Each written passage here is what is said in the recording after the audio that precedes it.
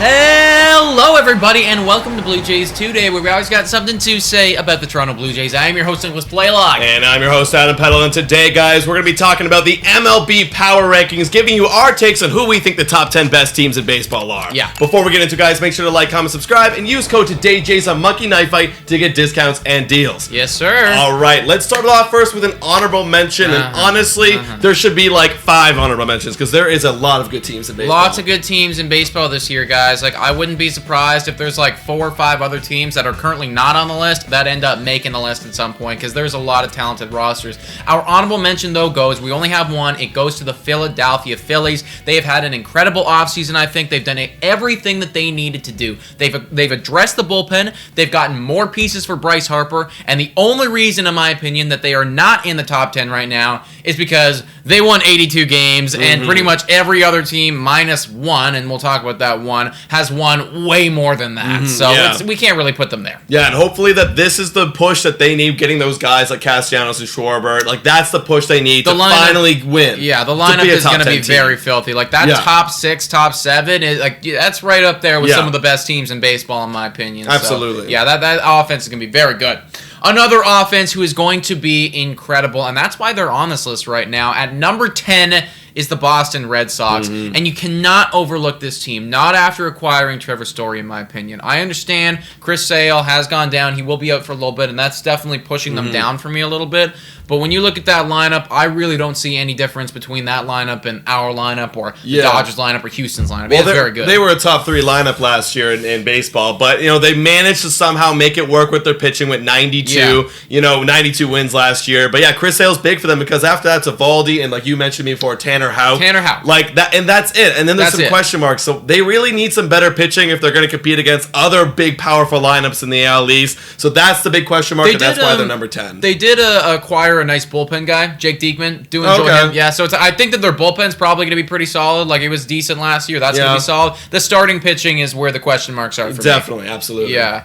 Another team with some question marks in the starting pitching is the New York Yankees, and they are number 9. I will never forget this this quote from John Boy. I think you told it to me like a year and a half ago or something like that. And it's like, it's Garrett Cole and the question marks. It's Garrett Cole and the question marks. And we're seeing another... It's another installment. It's season 2, season Garrett 3 Cole of and the Garrett question Cole and the marks. question marks. Literally, bro, that's what it is. You got Garrett Cole, and then you maybe have Luis Severino. Yeah. They have a nice other prospect I know that they have. It's like, but that's it. Like, there's really question marks. Yes. That's what they are. Yeah. And look, their offense is really good. They got back Rizzo. They made a trade for Donaldson, Isaac kind of for Leffa. But you should have a good offense, kind of like the Red Sox, but that pitching staff needs to be addressed. I don't even know what their bullpen looks like, so that's a big question mark for me, and that's why they're so low on this list. I feel like the New York Yankees, for me, it's one of the most polarizing teams, because I can actually see a reality where they completely fall apart. Yeah, I can see a reality absolutely. Where that offense is just not good anymore. DJ LeMahieu gets old, Aaron Judge gets hurt, just nobody's panning out, the pitching staff doesn't do well, but then I also see the ceiling of it's like, oh, there's the New York Yankees, 100-plus wins right there. Like, it's so polarizing, this team, and I think that's why they're at 9 right now. You know what? Because they're a lot older. They have a lot of older guys. They are getting a little bit older, for sure. It could happen, man. It could happen. Yeah. Number 8 is the Milwaukee Brewers on our Power Rankings. You've been a fan of this show for a while. You know that we do have some love for those Brew Crew over there. Rowdy to left, representing the boys.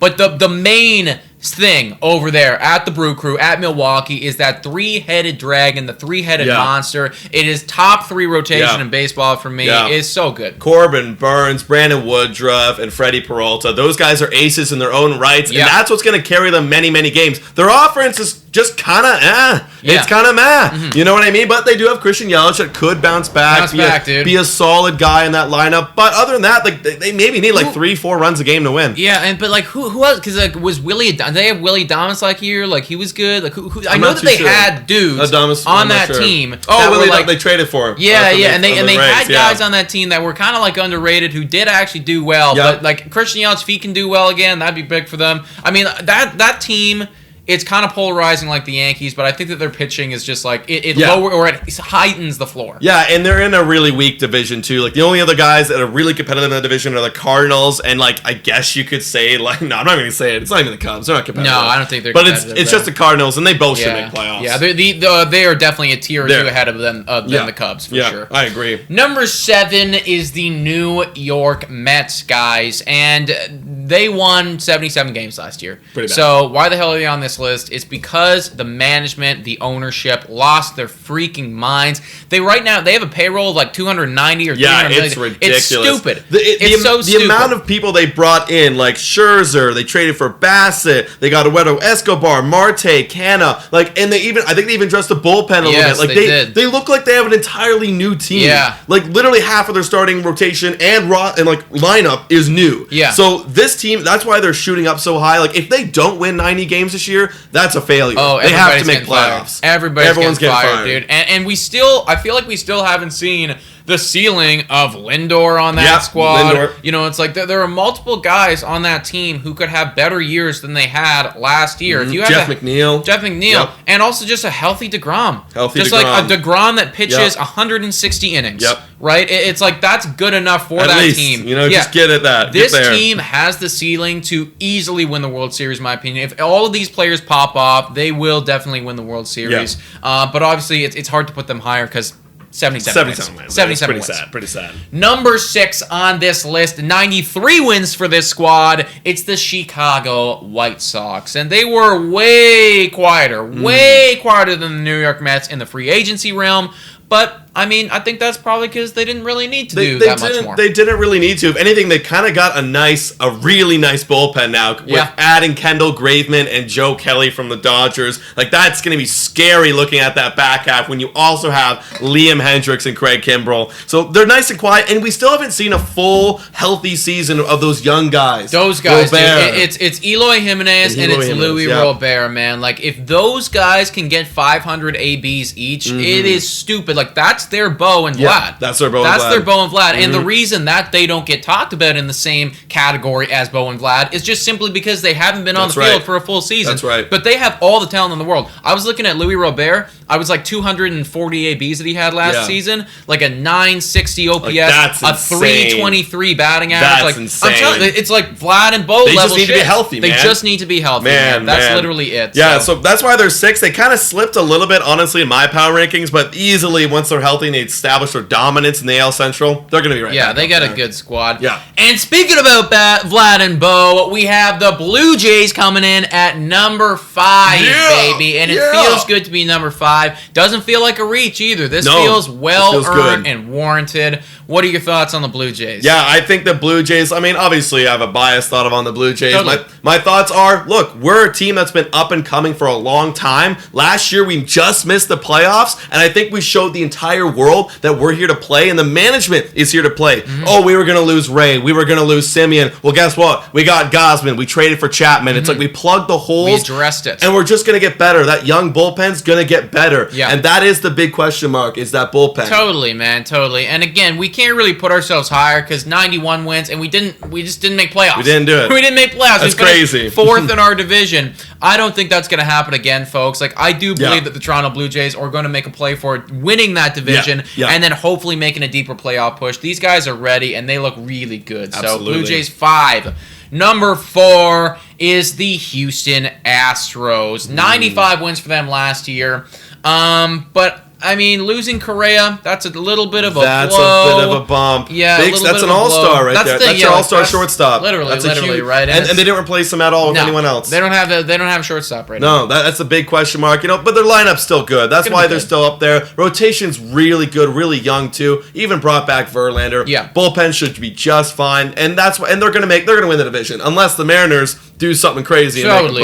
Yeah, exactly. I don't want to sleep on the Mariners, but I do feel like the Astros have it locked down. And I mean, this isn't the best Astros team that we've seen. Probably one of the weakest that they fielded in a few seasons. I agree. But they were just so deep to begin with that they will be fine. And they are going to make playoffs again, and they are going to be a good squad. And I'm going to look ahead on the schedule and see them and be like, God damn, we got to beat those Astros again. They're going to be a good team. I don't think they're going to fall off. I think they'll be fine. Yeah, they'll be fine. Number 3 on this list is the Tampa Bay Rays. And they won 100 games last year, folks. I don't know how the hell they keep doing it. However, this season, if they do win 100 again, I am going to be crediting that offense. It's actually starting to look kind of scary. The first time in a long time that I've looked at their lineup and been like, damn, those are some solid names. But I cannot count out Brandon Lau. I cannot count out Austin Meadows. And Wander Franco is going to be a star. Yeah, I absolutely love their lineup, like you're saying. And honestly, and I love their pitching coaches. Yes. I love their management. Yes. I love what they do with that. They somehow have one of the best rotations without even having a single household name in their rotation. I don't know, man. Other than Kluber, who they picked up this year, who they're going to probably do some experiment with. But until that falls apart, they're going to be a top 5 team in baseball every single year until that fails. And I do see the potential of how this can fall apart, guys. I see absolutely. Because right now, it's like, I don't know who's in their starting pitching rotation. Like, I don't know these guys. That's all like, I know. who are you, though? You know, if they end up getting dudes who cannot execute, who pull up like Tanner Rourke and just like cannot do, like just leave it over the plate, you are going to lose. But you're right. Until that happens, it's they like literally develop them in the minors, and then they come up and they play Tampa Bay. Yeah, they're robots. They're robots. They're robots. So like literally, they have a bunch of fucking robots in the rotation, and like, damn it, they piss me off. Number 2 on this list, we got the Atlanta Braves, baby, and they had what I thought was just as almost as good of an offseason as they could have had, considering where they were at. 100%. Like, I would say they almost... I'd say I'd probably give them number 2 in the offseason, like, ranking. Like, New York Mets and then them. Yeah. Because, they did lose Freddie Freeman. A lot of people are going to be like, oh my god, you lost Freddie Freeman. That's a downgrade.